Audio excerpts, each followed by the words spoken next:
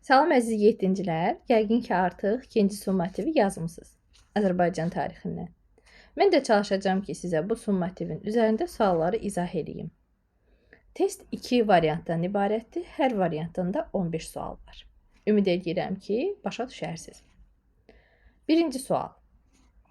Hansı dövlətin icazəsi ilə 1028-ci ildə orada kimin Oğuz ailəsi məskən saldı? Cavab A variantıdır. Rəvvadilər. İkinci sual. Hadisələrdən biri 1038-ci ildə baş verib. Xudafərin körpüsü 1027. Şəddadilərin Səlcuqlardan asılılığı qəbul etməsi 1054. Şəddadilər dövlətinin yaranması 971. B variantı isə 1038-ci ildə olub. Üçüncü sual. Bilirsiniz ki, Slavyanların məqsədi ilk öncə Qarə, Talan olub. 944-cü ildə isə onların məqsədi buranı işğal edib möhkəmlənmək olub. Yəni cavab B variantı. Dördüncü sual. 9-11-ci əsrlərdə xərac toplamaq üçün verilən icazə kağızı qəbalə. 9-11-ci əsrlərdə torpaqdan istifadəyə görə alınan vergi xərac. Yəni torpaqdan istifadə edəndə məhsul vergisi idi bu. Məhsul da hardan çıxır? Torpaqdan. Növbəti sual. 5-ci sual. Azərbaycanı vahid dövlətdə birləşdirən dövlətlər. Təbii ki, cavab Saci və Salari olacaq. Çünki bu dövlətlər Arazın o tayında da, bu tayında da mövcud olublar. Yəni uzun sözün qısası Şirvanşahlar dövlətini tabe etmək lazım idi ki, çünki o 7 əsr mövcud olub axı. Azərbaycanı vahid dövlətdə birləşdirə bilsinlər. D variantı. 6-cı sual. Şirvanşahlar dövlətinin paytaxtının 918-ci ildə köçürüldüyü şəhər Şamaxı. Cavab 1. 7-ci sual. Rəvvadilər dövlətinin paytaxtları haralar olub? Ərdəbil və Təbriz. Sacilərin paytaxtı Marağa, Ərdəbil. Salarilərin paytaxtı ancaq Mağara. Şəddadilərin paytaxtı isə Gəncə. 8-ci sual. Alan, Sərir, Slavyanlar ittifaqda olub. Şamaxını ələ keçidib qarət etdilər. Bu 1032-1033-cü il yürüşünə aiddir. 9-cu sual. Slavyanların hücumunun qarşısını almağa nə imkan vermədi? Daxili çəkişmələr və Xəzərdə hərbi donanmanın olmamağı. Biri var ticarət gəmisi, bir də var hərbi gəmilər. Düzdür, Salarilərin dövründə Azərbaycanda ticarət gəmiləri üzürdü. Amma donanma yox idi. 10-cu sual. Düzgün olmayan variantı seçin. Əbülhücar və 1-ci Ləşkəri yeni dövlət yaradıblar. Bəli. 1054-cü ildə Şəddadi hökmdarı Səlcuqlara tabe olub. Amma bu Fəzli bin Məhəmməd deyildi. Cavab B variantı. 1063-də Gəncə qala qapıları düzdür. Qətran Təbrizə 2-ci Ləşkərini Aranşah adlandırmışdı. Bu da düzdür. 11-ci sual. Göstərilənlər hansı dövlətə aiddir? Xilafətə xərac göndərilməsini dayandırmışdı Sacilər. Ərazisi Dərbənddən Zəncana qədər çatırdı Sacilər. Vahid dövlətdə birləşdirmişdi Sacilər. İlk paytaxtı Marağa idi Sacilər. Türk mənşəli idi Sacilər. Yəni hamısı Sacilər dövlətinə aiddir. 12-ci sual. Xronoloji ardıcılığı müəyyən edin. 2000 Oğuz türkü Cənubi Azərbaycanda məskunlaşdı. 1028. Xudafərin körpüsü 1027. Slavyanların Şəddadi hökmdarına köməyə gəlməsi 1030. Slavyanların Abbaskun adasını qarət etməsi 909. 13-cü sualda bir hissəyə 911-də mövcud olmuş vergiləri yazacaqsınız. Digərinə isə torpaq mülkiyyət formalarını. Məsələn, xərac. Məsələn, cizyə. Vergidir, ödəncidir. Amma torpaq sahibliyi formalarında, məsələn, iqta, vəqf, cəmaət torpaqları, yəni elə ərəblərin dövründə tətbiq olunan torpaq sahibliyi formaları 911-də də qalmışdı. 14-cü sual. Rəvvadilər dövləti Əbülhica yaradıb, bəli. Paytaxtı Gəncə ola bilməz. Azərbaycanın cənubunda yaranıb, bəli. Şəddadilər dövləti. Paytaxtı Şamaxı yox, Gəncə idi. 1054-də Səlcuqlara tabe olub. Xudafərin körpüsünü tikib, bəli. B-C. 15-ci sual. 9-11-ci əsrlərə aid memarlıq abidələrini seçin. Şamaxının Sündü kəndində məscid, Xudafərin körpüsü, 1027, 9-cu əsr Naxçıvanda Əlincə qalası. 1 Ərəb ağalığı dövrünə aiddir, 3 isə Sasanilərin dövründə olan Alban abidələrinə aiddir. A variantının izahı bitdi. İndi isə keçirik B variantının izahına. Qətran Təbrizi kimi Bizans, erməni, gürcü feodallarının yürüşünü dəf etdiyinə görə Arranşah adlandırırdı ikinci ləşkərini. Qafqazın baş şəhəri, Aranın anası kimi tanınan şəhər Bərdə. Ümumiyyətlə uşaqlar, Aran hansı rayonlara deyirdilər, hansı bölgələrə deyirdilər?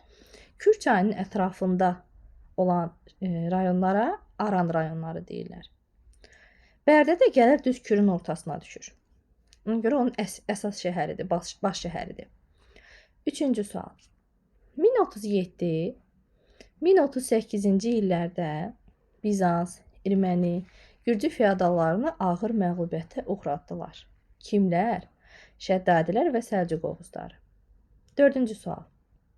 Slavyanların neçənci il yürüşündə Xəzər dənizinə keçmək üçün Xəzər xaqanından icazə aldılar və qənimətin yarısını ona vəd etdilər. 914-cü. 5-ci sual. 9-11-ci əsrlərdə Azərbaycanın ən böyük liman şəhəri idi. Burada kətan parça istehsalı var idi. Hətta 10-cu əsrdə bu şəhərdə kanalizasiya sistemi mövcud idi. Cavab Dərbənd. Düzdür, 15-ci əsrdə əsas liman şəhəri Bakı olacaq. Amma 9-11-lərdə hələ ki Dərbənd idi. 6-cı sual. Heysam İbn Xalidə aiddir. 861-də Şirvanı müstəqil dövlətə çevirdi. Bəli. 1. Və o hansı sülaləyə mənsub idi? Məziyədilər, Haşimlər ola bilməz. Paytaxtı Şamaxıya Əbu Tahir köçürdü. Və o Şirvanın xilafətlə əlaqələrini kəsdi. Yəni artıq o yeni dövlət yaratmışdı axı. 1-3. 7-ci sual. Mərziban İbn Məhəmmədin fəaliyyətinə aiddir. Kimdir Mərziban İbn Məhəmməd? Birinci onu düşünək. Salari hökmdarıdır. Hətta bu dövləti yaradandır. Qanunnamə hazırladıb, düzdür. Elə cavab A variantıdır. Xudafərin körpüsü Şəddadilərə aiddir. 1054-də Səlcuqlarla müqavilə imzalayan ya Şəddadi ya Rəvvadidir. Bu da mümkün deyil. Paytaxtı Gəncə ola bilməz. Salarilərin paytaxtı yalnız və yalnız Ərdəbil olub. 8-ci sual. 1-ci ləşkəriyə aiddir. 1-ci ləşkəri 971-ci ildə Şəddadilər dövlətini yaradır və paytaxtı da Gəncə olur. Cavab D variantı. 9-cu sual. Məntiqi uyğunluğu müəyyən edin. Suyu odsuz qızdırılan hamamları ilə məşhur idi. Tiflis. Nəyə görə Tiflis? Uşaqlar, Tiflis bir zamanlar ərəb mənbələrində Azərbaycan hökmdarlarının idarə etdiyi ərazi kimi qiymətləndirilirdi. Ona görə də biz Tiflisə bu hissələrdə geniş yer vermişik. Ən müqəddəsi bu şəhəri saf qızıla bənzədirdi. Cavab olacaq Təbriz. B variantı. 10-cu sual. Göstərilənlər aiddir. Haşimilər tərəfindən idarə olunurdu. 988-də, yəni 10-cu əsrin sonunda Şirvanşahlardan Astala düşüb və burada ən böyük liman şəhəri yerləşirdi. Yəni Dərbəndə aiddir. B variantı. 11-ci sual. Xronologiya. Slavyanlar ələ keçiriləcəkləri qənimətin yarısını Xəzər xaqanına vəd etmişdilər. Bu 914 yürüşünə aiddir. Slavyanlar Abaskun adasını qarət etdilər. 909. Sarı adasına yürüş. 910. Xudafərin körpüsü isə 1027. 12-ci sual. Slavyanların Bərdəni qarət etməsi. 944 düşür 10-cu əsrə. Xudafərin körpüsü 1027 11-ci əsr. Şirvanşahlar dövlətinin yaranması 861 9-cu əsr. Salarilər dövlətinin süqutu 981 10-cu əsr. 13. İslamla xristianlıq arasında qarşıdurma bölgəsi idi. Gürcülər bu ərazilərə yiyələnirdilər. 9-cu əsrin 60-cı illərində Azərbaycanın şimal-qərbində yaranıb. Söhbət Şəki hakimliyindən gedir. C variantı. Demək, burada testdə biraz səhvlik var. Hamısı Şəki hakimliyinə aiddir. 14-cü sual. Şəddadi və Rəvvadi dövlətini Venn diaqramında müqayisə edək. Hər ikisi 10-cu əsrdə yaranıb. Paytaxtı Təbriz olmuşdu. Rəvvadilər 1054-də Səlcuqlara tabe olublar. Oxşar cəhət. Arazdan şimaldakı torpaqları əhatə eləyirdi. Şəddadi. Ərazisində Səlcuqlar məskunlaşmışdı. Hər ikisi. 15-ci sual. Boşluqları doldurun. Salari hökmdarı Mərziban ibn Məhəmməd vergi işlərini qaydaya salmaq üçün hazırlatmışdı qanunnamə. Şəddadi hökmdarı Əbləsuvar Şavur Gəncənin müdafiəsini qüvvətləndirmiş, hətta Gəncə qala qapılarını düzəltdirmişdi. Şirvanşahlar dövləti 861-ci ildə Azərbaycanın şimal-şərqində yaranmışdı. Deyiləm hakimi Mərziban ibn Məhəmməd Salarilər dövlətinin əsasını qoymuşdu. Uşaqlar, suallar bitdi.